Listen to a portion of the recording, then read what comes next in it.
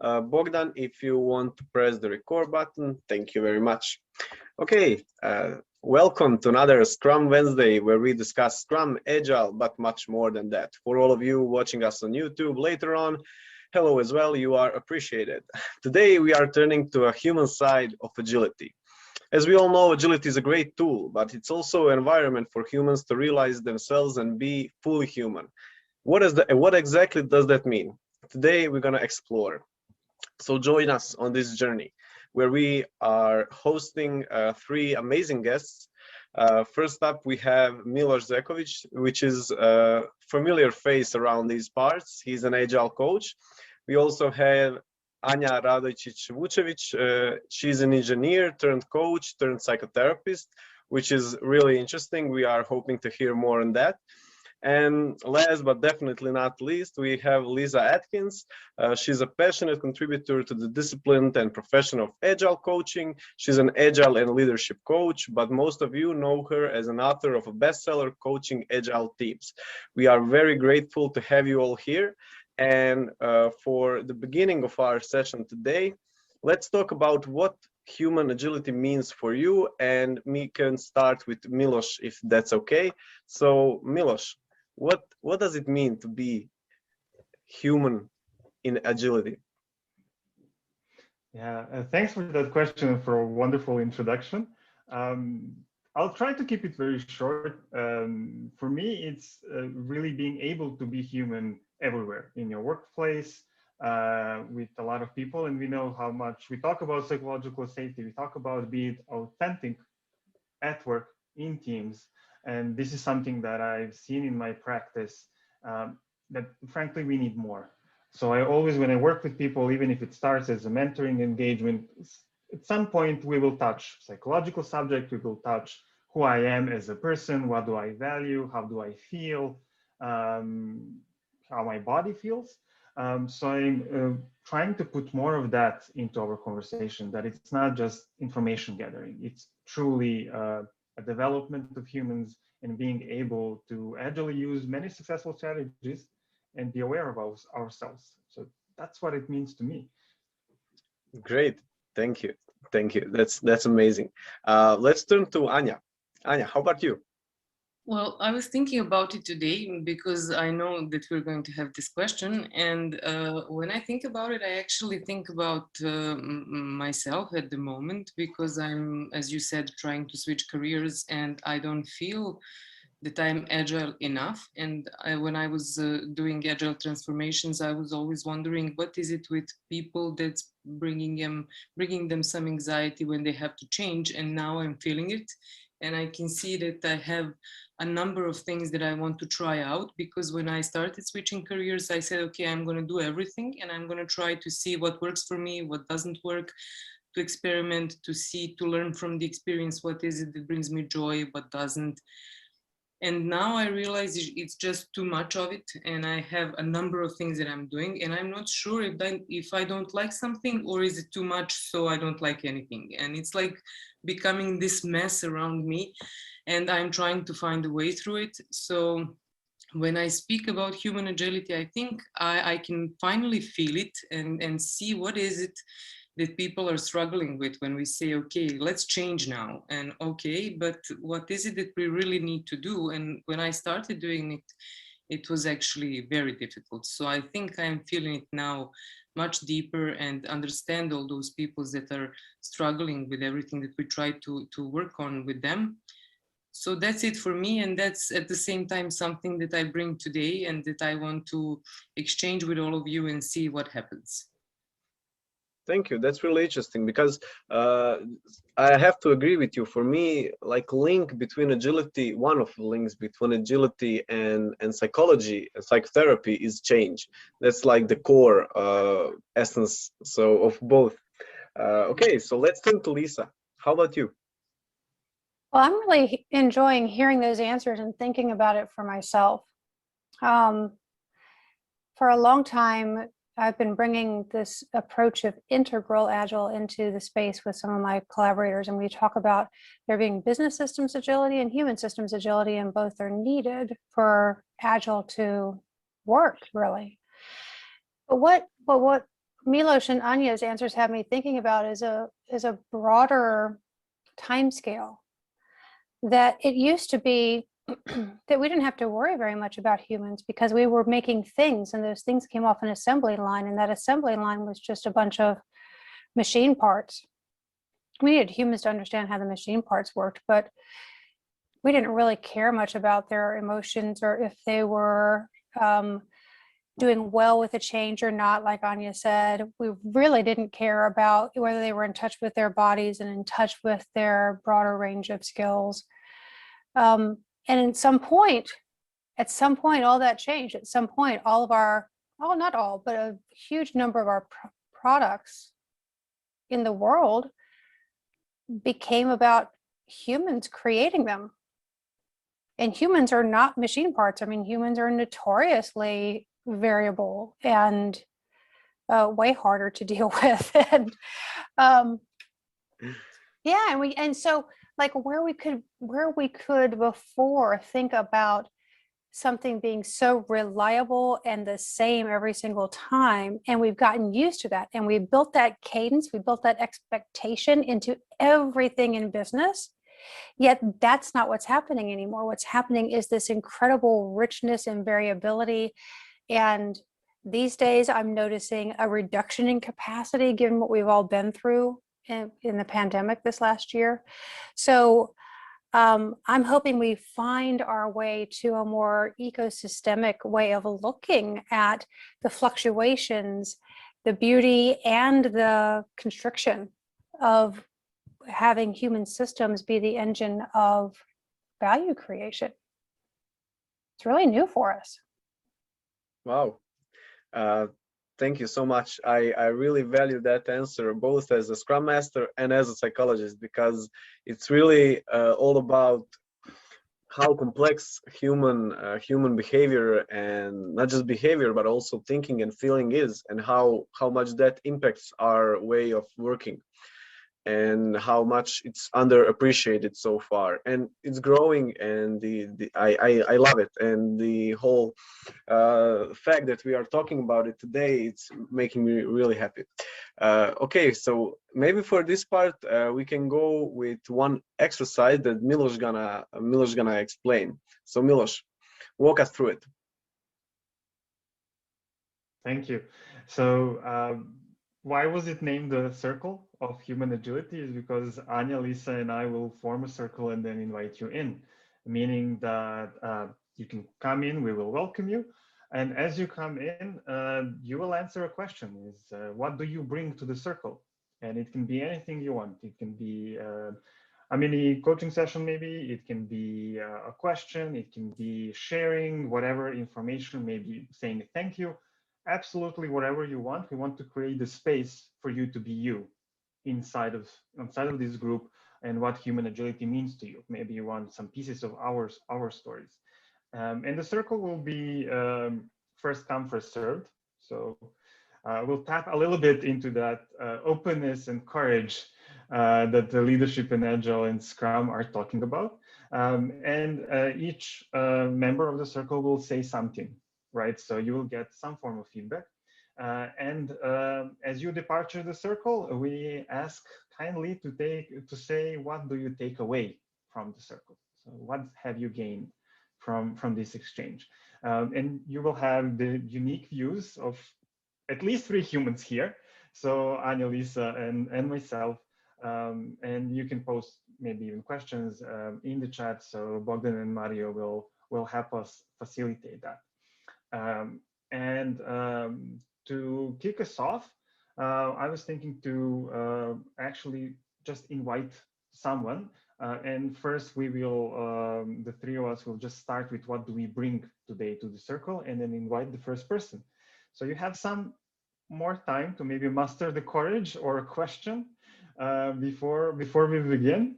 And I'll open up. So what I bring to the circle today is excitement, and I can feel now in my heart and my gut, there are some fluctuation going on there. There's some excitement. I don't know what we will bring today, but I'm very curious to see the human side of you all, and how do you see agility. Anya, what are you bringing to the circle? Well, I guess the same good energy that I'm feeling. It's really fun to be here, and I like it. And also, I guess this confusion that I mentioned, I have to carry it with me into the circle. I cannot leave it anywhere, so it's going to be here. And willingness to listen and to try to help. So that's it for me. My heart's beating really fast, so that's what I'm bringing into the circle. I feel like there's something going on with you all as a community that I can just start to feel the edges of, but it feels like it's important, and I'm wanting to do a good job. That's great. Okay, so who's next? Who wants to come up to the circle? Can I come up? Sure, Goga. Welcome, Goga. What Only if we can go on the walk with you, though. Yeah, this is what I wanted to talk. I mean, to comment, because I always wanted to come to this Scrum Wednesdays, but I always somehow think, no, I cannot sit anymore. And then today, because of you, Lyssa, I decided to come because I wanted to hear you, because I planned to read your book. I didn't start it yet because I was waiting for Audible version first, and then I'm reading something else. So I'm excited because I'm on Scrum Wednesday and I'm not sitting. Second thing, because I'm meeting Lyssa. Third, Anya, your career is very interesting to me because I'm also technical person. I mean, mathematician. And then I came to Scrum, to executive coaching, blah, blah, blah. So I wonder where I will finish. I mean, where I will go next. And also, I mean, Milos, you know that you are my, that I'm a secret admirer of you as an agile coach. Well, not and so all secret anymore. Sorry? Not so secret Yeah, anymore. yeah. And I like to see the people, although I cannot see very good on mobile phone, but I saw Josipa. So I think the people that we used to meet on these events are here. Mm-hmm. So excitement in one word from my side. And some really nice acknowledgements. Thank you, Goga, for all of us. Yeah. Welcome. And I would say like real determination. This is somewhere where I want to be, damn it. I will walk, I will be on mobile, but yeah. Right. And I really wanted to celebrate that because that is awesome. I'm at awe, actually. Really, I can feel it here. I'm like, what just Goga did? I really like it. So you have now a secret admirer. Not secret anymore. But I have to say, I really have to think about it, because the first thing that I threw out of my routine was walking, because I had too much stuff to do and it was like my schedule was crazy. And then I said to myself, okay, I don't have to walk today, then the next day, next day. And that's the thing that suffered, and I really miss it, because I could gather my thoughts and make some decisions while I walk, while I do something good for my body and myself. So I didn't do it for a month, I think, and I really think that I need to bring that back. So thank you for this reminder. Welcome. This is my first walk after maybe a month, also month or two. Same. Thanks. Welcome. Great. Do we have anything else from you, Goga? Not now. Okay. Thank you. Yeah. Then what are you taking away from the circle, from this brief exchange? I somehow feel accepted, because I was not sure if I belong here or not in the beginning. I'm outside, I'm walking. I'm not on Scrum Wednesdays all the time, although I do watch YouTube videos sometimes. So now I feel, okay, I belong here. Thank you. That's so nice to hear. I'm gonna jump in the circle for real quick, if that's okay.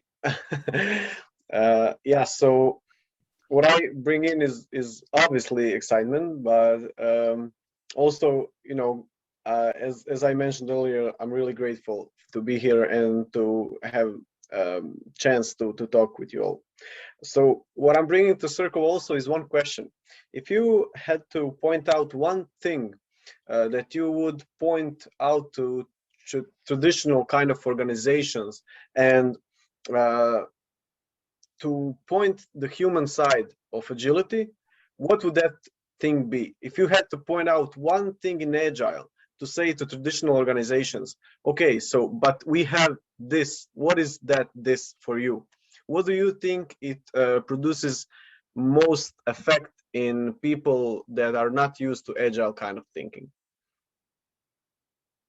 And what are you thinking? I'm going to just say the context why I ask you this, because I'm holding a talk at the conference soon, and it's called Wild West of Agile Thinking and Traditional Organizations. I called it like that, my lecture. So, and I'm really thinking about the things I want to say to people there. So I want to also your inputs. If I can go, you know how I mentioned earlier that I had a difficult workshop today. It was actually difficult because we were discussing, do we need to bring our emotions to work or no? Can we leave them somewhere at home and then come to do the job and then take care of it later? And it was something that happened to me a number of times, that when we talk about agile, we are always going to talk about change. And when we talk about change, humans are the ones that are going to change. And that must include emotions. So for some reason, it's still not popular to talk about it at work. And it's something that people are not maybe educated how to do or not comfortable with, so they avoid it. But if I had to choose one thing, that would be it. And when I say about emotions, I'm not talking about therapy or going into it deep. I'm just talking about the discussion. For example, if we're going to change, what's going to mean, what does it mean for me, and what is it that I'm afraid of? So that's like a basic level of talk about emotions, but it's something that people don't do. And they just kind of accept everything to work and expect everything to work. And then they say, okay, we have this change, we need to do it. And they don't ask people, okay, how are you feeling about it? Is it something that scares you, or are you angry about it? Why are you angry? And that's something that I definitely think we need to bring to those traditional systems. That's my opinion. That's my experience also. Yeah, thank you so much. You know, I wish more organizations wouldn't do agile, honestly, because I think what most organizational leaders don't understand, and this is where I'm working most now, is with them. They're sort of catching up to the fact that they've brought this thing into an organization that they think is going to help them have some sort of efficiency or a better position in the market. Or now I'm hearing more, well, it's just because we have to, otherwise we'll be left behind. Those are all really bad reasons to bring in a cultural revolution. And that's what Agile ends up being, is a cultural revolution, because it has a very strong culture itself. I mean, Milo already started talking about a couple of the Scrum values: openness, courage, focus. What are the other ones? Respect. Respect. Thank you. You know, it's funny how, like, when someone asks you what's your favorite song, you can't even think of one song. It's like, that was the, like, how many times have I said the Scrum values in my life? So many, right? But so those are human values. And I often tell leaders, if you don't want more of those values, don't bring this into your organization, because that's what this is trying to express. And so we get sort of stuck. We get stuck in the middle of thinking that we've, especially if it came in through information technology, which most Agile does come in through that doorway, we get stuck thinking that we've brought in essentially an efficiency mechanism. And what we've really brought in is the need for a whole new set of skills to be developed that are human relationship skills. And I just looked at the Agile Manifesto again today, and I was just thinking about you know, something I thought about years ago that I said in the very first keynote I ever gave like 12 years ago, but it just came back to me so strongly again today, that in the middle of every single one of those statements in the Agile Manifesto, there's human relationships that are underpinning it that make it work. Let's think about it, like individuals and interactions are for processes and tools. Well, for us to err on the side of individuals and interactions or do that more often, we need some relationship skills, just human relationship skills. Okay, what about customer collaboration over contract negotiation? Same thing. What about working product over comprehensive documentation? Oh my gosh, human relationships are there too. Responding to change over following a plan. Ah, yeah. So I think it's amazing. I think it's amazing. I think it's just a signal of the broader landscape that Agile is participating in, which is essentially this landscape to help us work with the complexity of the world as it is and as it is becoming more complex. But I love what you're saying, Anya, because it's calling for us to have a whole different set of skills. Thank you. It's coincidence with me. For a team, I created the skill metrics, kind of like a framework, so we can capture what they need to know. And because one person is going to have a baby in the team, so we need to do the transfer of knowledge also inside of the team. And when I looked at the table, 1/3 of the table was called collaboration, and it had stuff in there like assertiveness, feedback, conflict navigation. And I realized this is a good way to show, like, this is now a skill. You actually need to have this skill if you want to be in an Agile team, or you need to develop this skill, or you're not really going to be successful in Agile. Which also brings me back to your question, Mario, because as I was hearing it, there was an explosion of pathways and possible answers, and whoa, what all the things that pulled into my brain for that to happen. But then it landed very close to what Lyssa said, what I wouldn't tell them anything. I would bring a question, and that's, why do you want Agile? Because, and depending on the answer, I might say this is not for you, or I do not want to participate in this thing, because I think it can be extremely harmful in organizations that don't really understand why are they doing it. Are they doing for Agile's sake, or it's modern, or something like that, and they don't already have at least rudimentally culture in their leadership around centering around humans. Because I just didn't see that work. In best case scenario, you might help them to be a little bit more efficient, but it's not really going to be more humane, I would say, from my experience. And I realized that I don't want to be part of that. I want to be part of those organizations and communities that want to do something about it, that they want to invest energy in it. And this is where it connects to what Anya is saying, and that's this is a change. To change one human takes a lot of energy, and we as humans hate change. I think, like, a lot of us like the difference, the excitement. Not all of us, some of us like it, but when we do actually need to change, it better be worth it, right? And then if you go into an organization that has hundreds or thousands of people, it's that much harder and more complex to do the change. So you're the price of change and the price of change, you know, there needs to be good enough reason. So if I don't see a good enough reason, I would recommend not to do it, because it will, at some point, I would say my mentor who first taught me Scrum and Agile was Petri Hairama, and he said, you know, I've seen Agile and Scrum done in ways to make it worse than waterfall traditional thing. And that's precisely what happens if you try to, like, to put it in a very traditional environment, especially when we talk about leadership. So then maybe the best thing that you can do as an Agile coach is just to spare them the whole thing by giving them information so they can decide based on that whether or not they are they want to go into the whole process.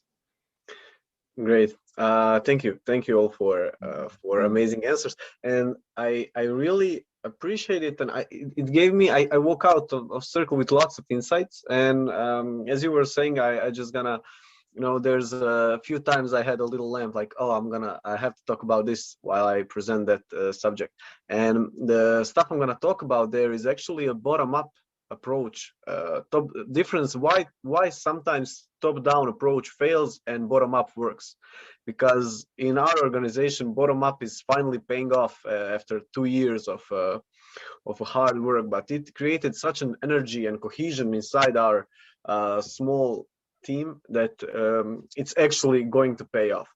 But it took a lot of patience and a lot of believing in change that we are making. So thank you all for your great answers. And I walk out with a lot of insights, and I give my spot in circle to someone else. So Mario, good luck on your talk. Thank you. Yeah, good. And Vladimir, Maya, I'm glad to see you adding your voices in through chat. Good to hear you that way. Yeah. So who's next?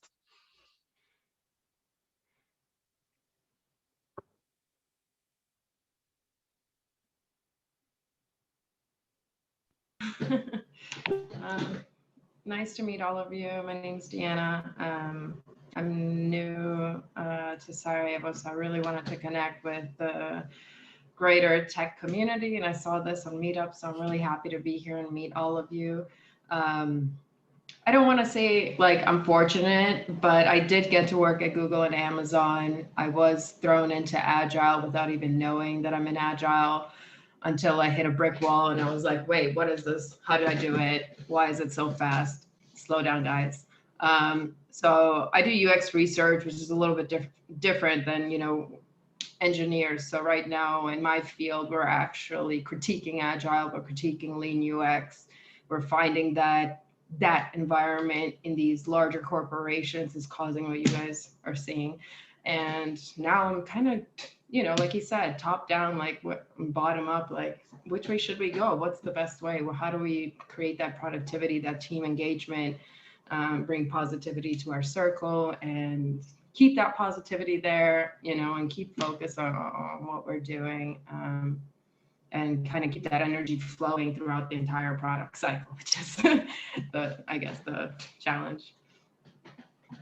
I love how you phrase it with the energy and the flow, and especially because it connects a lot with lean, but it also connects to decision making and some of the speed and what are you doing with that. What I first wanted to share when I heard you was about the top down, bottom up. For me, what I've seen is that simultaneous top down and bottom up work the best, but starting small. So just with one team. And I've seen bottom up, I've seen top down. What I've seen work the best was pick some volunteers who actually want to change, right? How they want to work, they want to be very open about it, and they want to change it. They're not afraid of it, right? Then protect the outside organization of that little bubble that will create the mess, and then build on that. So make it a snowball, make it a success, and that's what makes it more manageable in my experience, but it also makes it more safe to try. And then if it's not working for you, then you can change it. And if it's working for you, great, you just now found out what flavor of these things are working in your environment. Then you can try to replicate that later on. And it's always easier, right, if you have some success. So I think it's what I also love it is that you are critiquing it. So I don't hear a lot of those.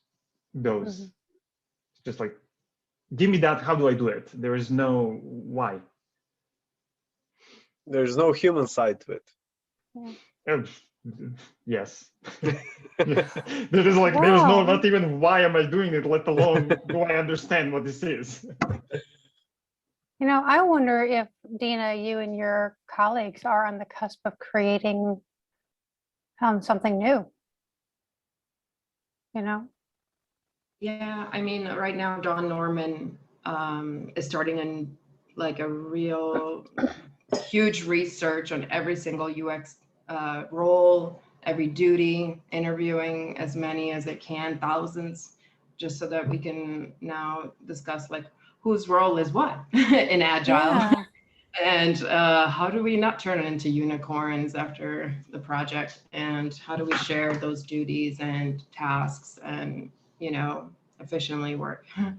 Yeah. So I love how I would say what you're doing is you're advancing the state of the art. You're trying to make something have a legacy, you know? yeah, I feel like we're all here because we, you know, you're working in that team and you're finding these problems coming up and you want to address them, but you're like, with who? You know? Yeah, exactly. So, you know, I don't know if this will resonate with you, but my intuition is telling me to talk about consensus versus consent. And I think that one of the big traps we're in is that in our current value system, where most agilists, and I think most people in technology software sort of based companies is in this pluralistic relationship driven value system where we love collaboration and we love diversity, and that is really cool. And the trap of that though is consensus, when consensus has to be the way that we do everything. And Dina, when you were talking, Dina or Deanna, how do you say your name? Deanna, yeah. Sorry about that. When you were talking, for some reason, in my imagination, I was imagining not only could you do everything you said with UX, but maybe what you all are bringing is more of a new set of capabilities across the whole value stream. And maybe one of those capabilities are more consent-based decision-making and collaboration methods, where we're not all sitting around waiting to hear everyone, and then it's really hard to move. And I'm fairly new, honestly, to consent-based methods, because I've been sort of stuck in the collaboration consensus world for a really long time, being pretty frustrated by it actually, but not knowing what to do. And then colleagues of mine wrote a book called Lead Together. And what that book basically is like, if you were to have a teal or a next generation organization, what would be the specific business practices around decision making, around organization structure, around making legal agreements, around all these different topics. And that's where I first really started to understand. And now some of my clients are experimenting with consent-based processes. Not that consensus is wrong, just that we don't need to use it for everything. It creates a little slowdown. So yeah, I don't know, was that at all useful to you? It was sort of a tangent off of where you started. I mean, it makes a lot of sense, and we're all trying to figure out how do we, listen to our leaders, but then how do we also lead, in our project and lead together? Because, even in an agile framework, I always try to tell everybody, when we are thinking together, we look at each other equally. There's nobody like up here and someone has less knowledge and you're over here and you're like, we're all in the same team, feeling the same emotions and working on the same thing. So yeah, consensus versus consent definitely is a big topic that we should, talk about.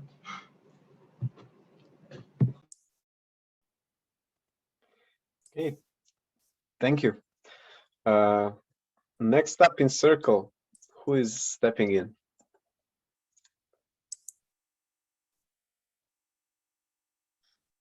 Can I step in? Sure, Anya. I know I'm already in it, but I want to go more to the center. Yeah, great. I have a question. What are your thoughts on it? When we say, okay, don't do agile, and there is no need that everybody does agile, it's not something that you need to do, and I totally agree. And now when we are talking about different ways of doing business and achieving a goal.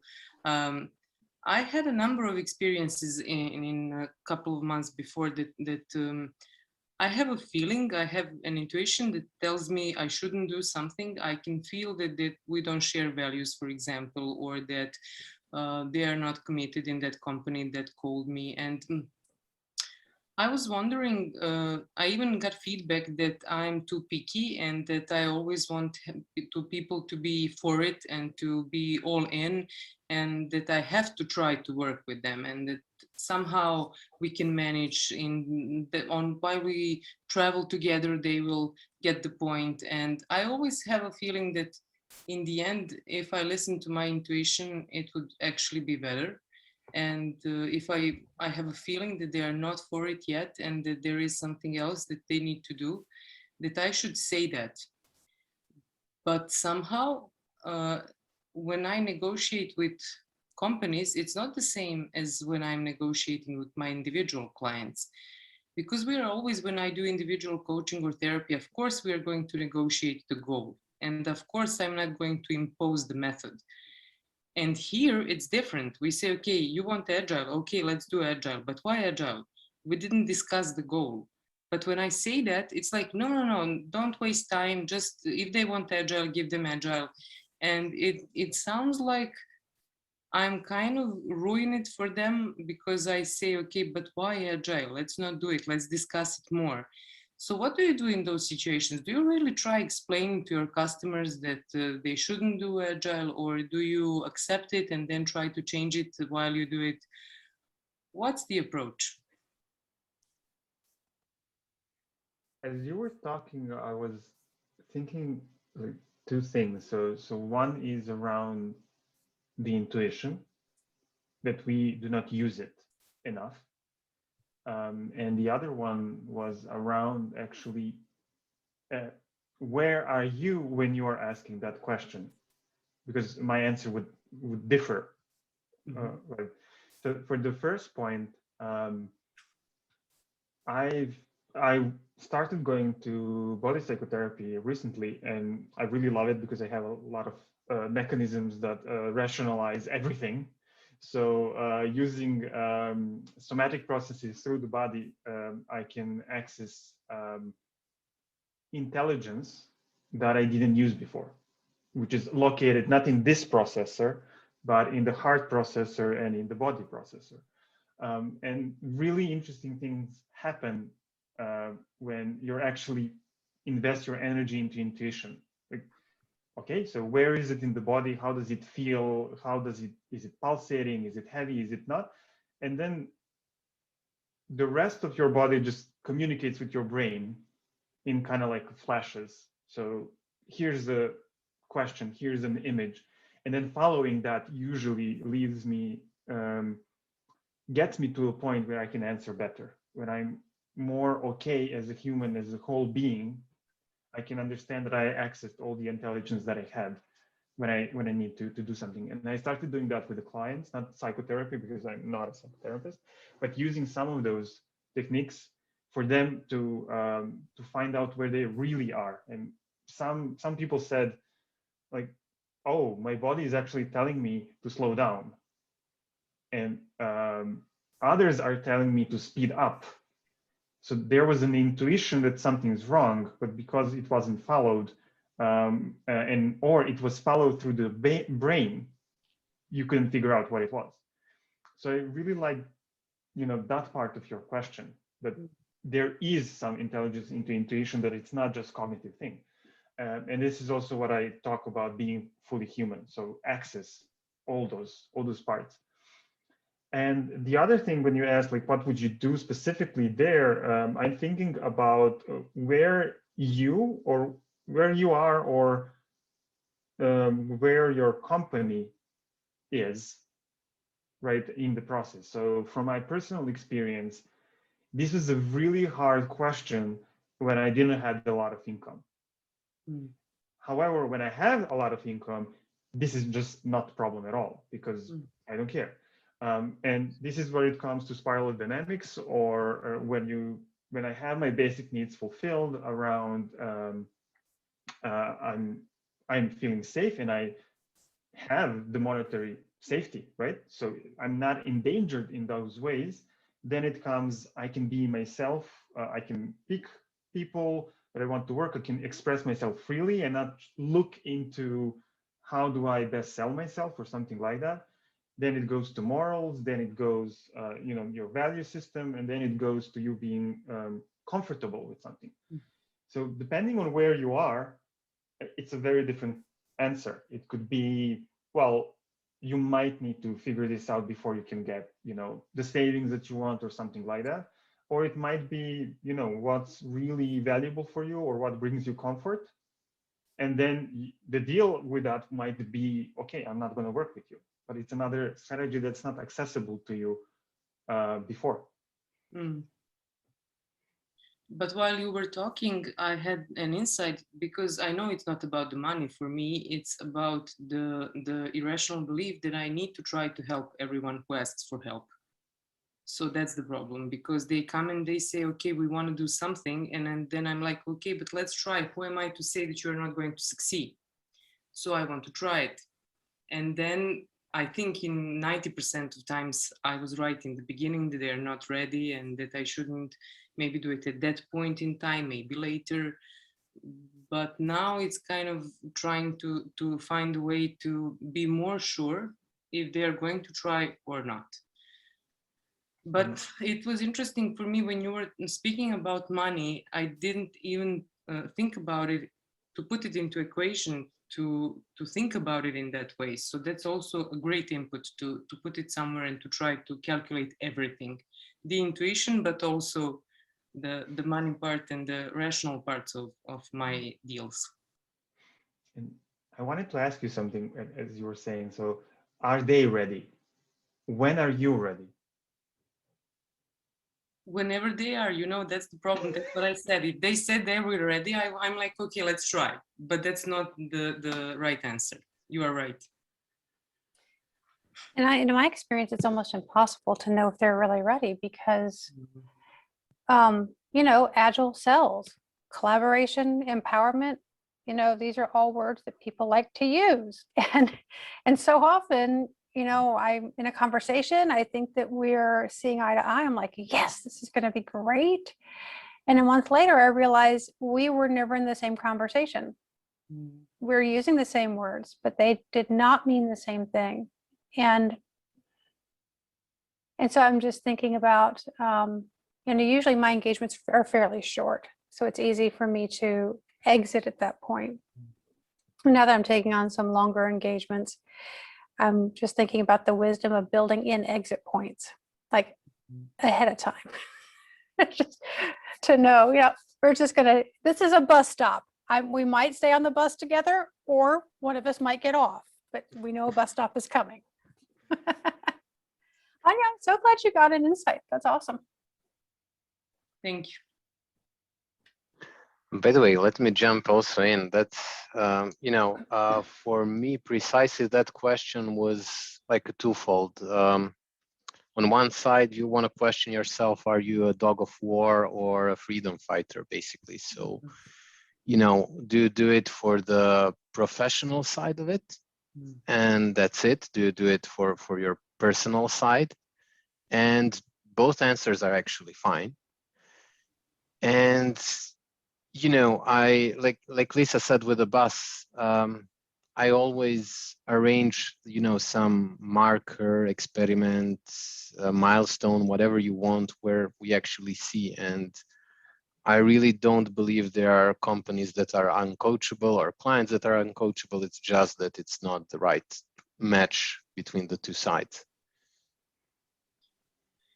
Yeah, I share that view. I also do not believe in uncoachable people and uncoachable companies.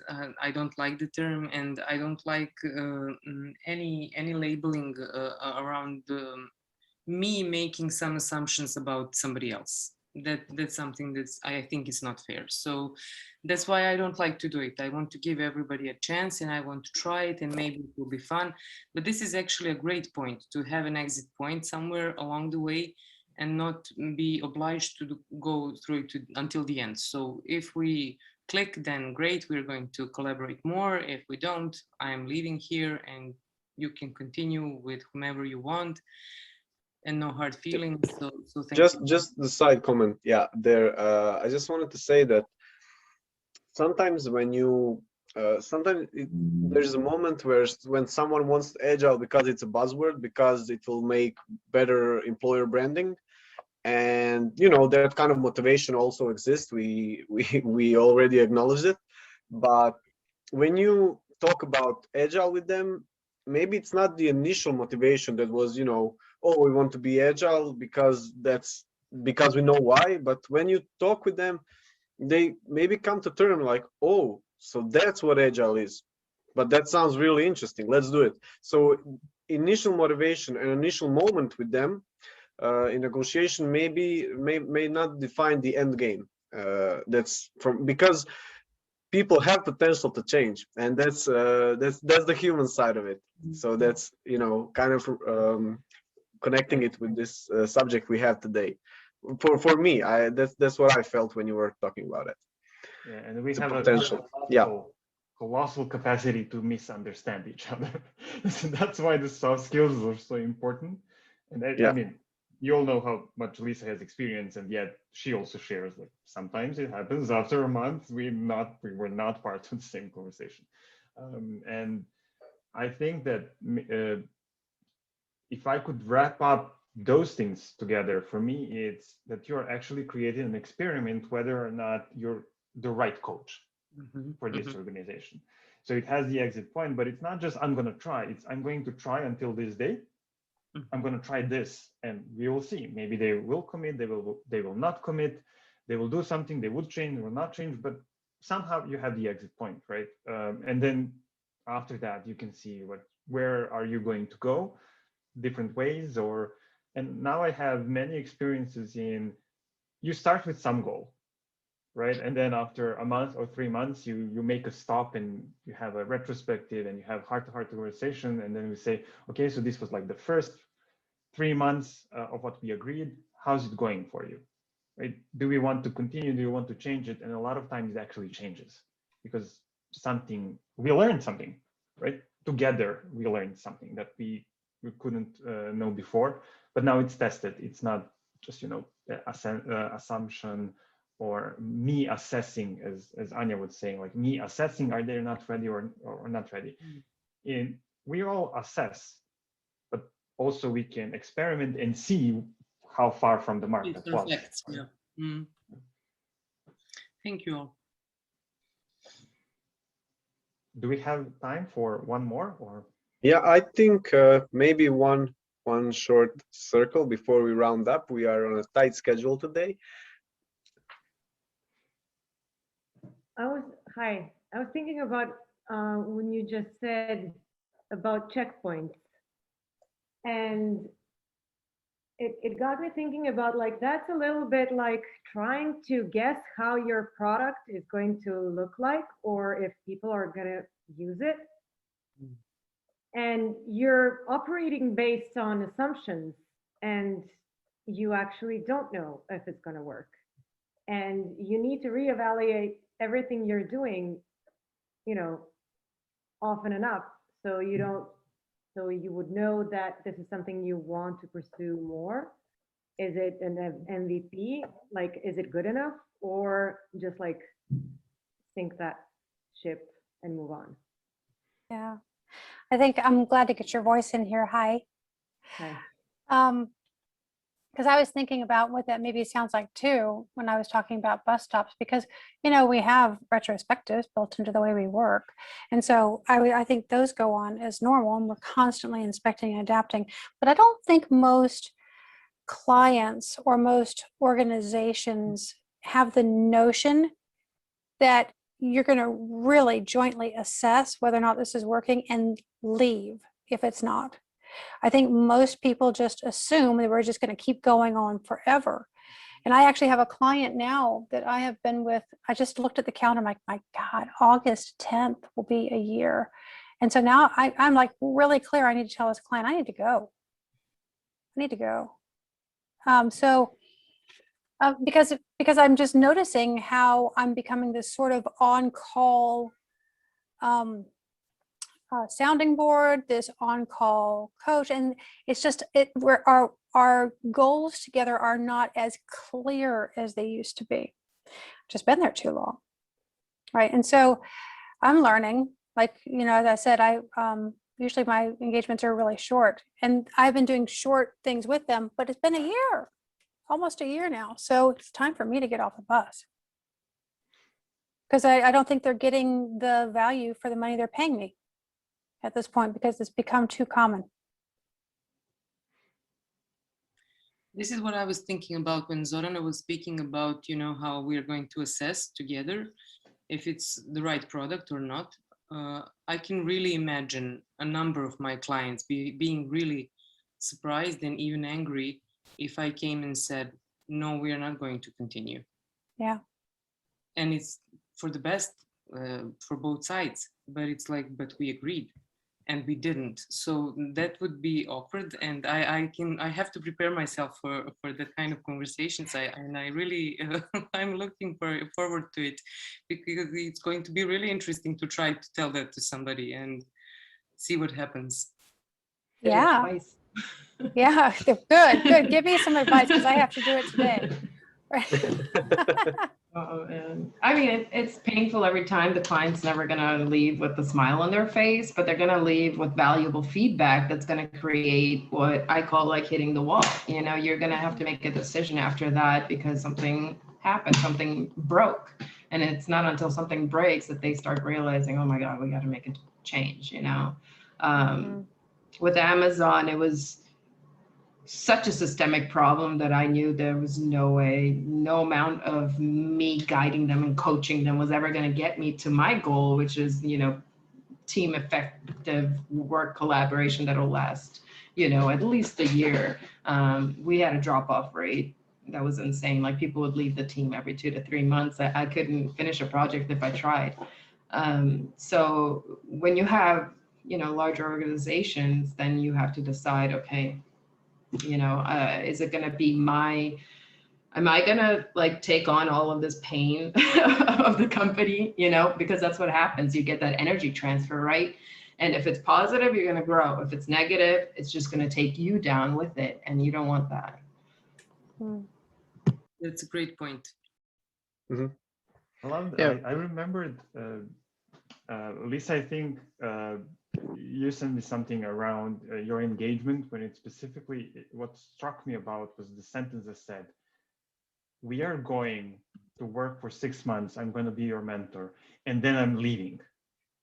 And I remember, like I said, look, what a fantastic agreement and a structure to commit to actually make something happen, right? Because I'm not going to be available afterwards. What you do, you do. So it makes a good environment for people to really bring what matters, right, into the conversation. And I really, really loved that, hearing that. And I think for some engagement, definitely that's an awesome thing to do. For other engagements, is what Zorana said, it really is like a product. The product is our relationship, and how much value are we getting from that? So you can treat it, right, as a product. And I was just wanting to make sure that Zorana shares, what did you take away from this circle? Because we kind of went places. Yeah, let's come back to her.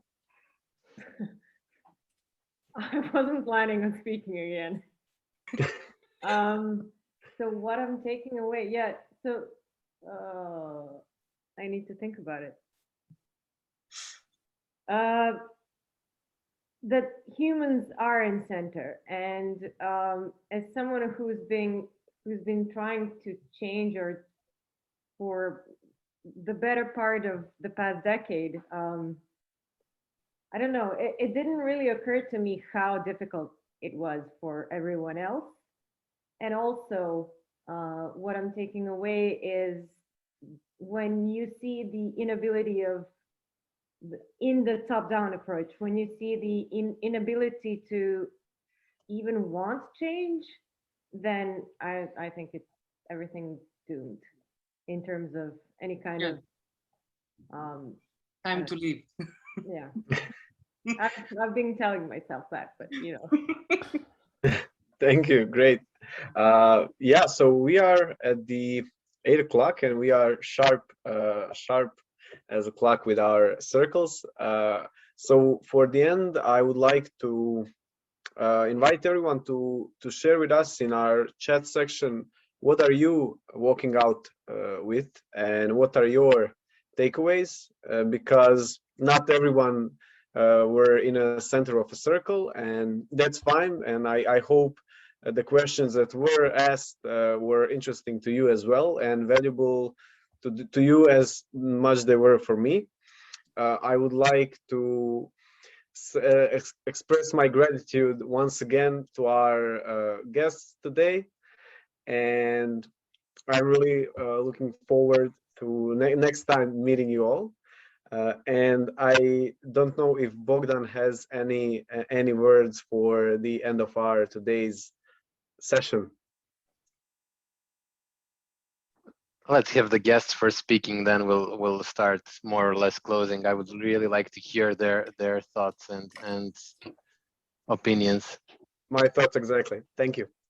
Well, officially the circle is closing, so we will exit also and say our takeaways from this circle today. My takeaway is, well, the intuition was right? This is going to be something that I cannot imagine what it is, but it's going to be awesome being here. And I think that's a great testament for what Lyssa was saying about the volatility of human beings, right? But there are also modalities that can bring the best out of us and exchange that between us to make everyone take something, right, from the circle. So I think that's my takeaway. It can be something as simple as come in and do whatever, and we'll reply to that as humans.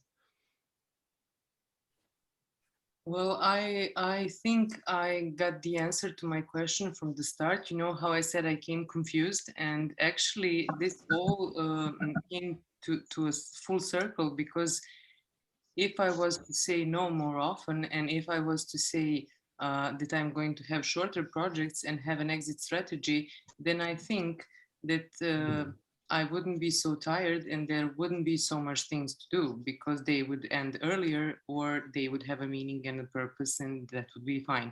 So I think I have a new way to try out and to see what happens if I say no more often and make experiments instead of long projects.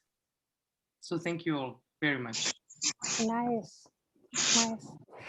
For some reason, Bogdan, when you said we were going to speak at the end, I just grabbed this book of poetry that's near me and I opened it to a page that's marked here called For a Leader. This is a book of poems by John O'Donohue, and I think I want to just end by reading that, if that's okay.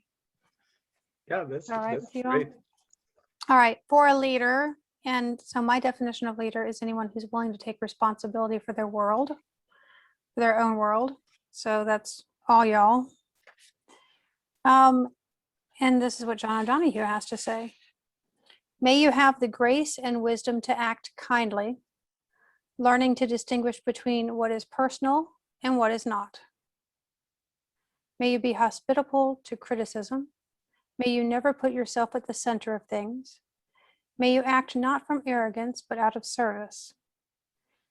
May you work on yourself, building up and refining the ways of your mind. May those who work for you know you see and respect them. May you learn to cultivate the art of presence in order to engage with those who meet you. When someone fails or disappoints you, may the graciousness with which you engage be their stairway to renewal and refinement. May you treasure the gifts of the mind through reading and creative thinking so that you continue as a servant of the frontier, where the new will draw its enrichment from the old, and you never become merely a functionary. May you know the wisdom of deep listening, the healing of wholesome words, the encouragement of the appreciative gaze, the decorum of held dignity, the springtime edge of the bleak question. May you have a mind that loves frontiers so that you can evoke the bright fields that lie beyond the view of the regular eye. May you have good friends to mirror your blind spots. May leadership be for you a true adventure of growth. John O'Donohue. Wonderful. Can we get that in the chat, like the name? That's really wonderful. And I love contrasts. So like the spring at the bleak sentence or bleak question, like the exact line, you got me there. That's a good one, right? Beautiful. That was beautiful. Yeah. Yeah. Interestingly enough, as a closing, you know, two things that, again, I don't know, I'm a binary person. I always say two things. So one of the things while you were reading that lovely piece, one of the first songs that I learned, and I don't remember which one it is, who is the author, but the ending is very striking to me. So, and the whole song is about dusting, and it goes like this. So, dust if you must, but bear in mind, old age will come and it's not always kind. And when you go, and go you must, you yourself will make up more dust. And the second part of it being going a lot lately through Gestalt processes and getting a lot of interest and some traction in it. The last point I was discussing with my therapist is like the sense of the belonging. And I really understood that I'm not all that keen on belonging anywhere, but I really do feel like belonging here. So thank you all for that. And with that said, this is about it for this month. Next month, we'll be having probably 2 more sessions before our holiday breaks. Sorry for that. And we expect to do something maybe on scaling DevOps and something on leadership and agility, but stay tuned, stay around, and see you on Wednesday. And heck, see you, we could always grab a beer around wherever you are. This is now becoming a global community, hopefully. So thank you all. It was a pleasure. And see you around. See you on Wednesday. Thank you all. Bye. Bye, everyone. Great to Bye. meet you. everyone. Bye. Bye. Thank Great you. to meet you. Pleased to meet all of you.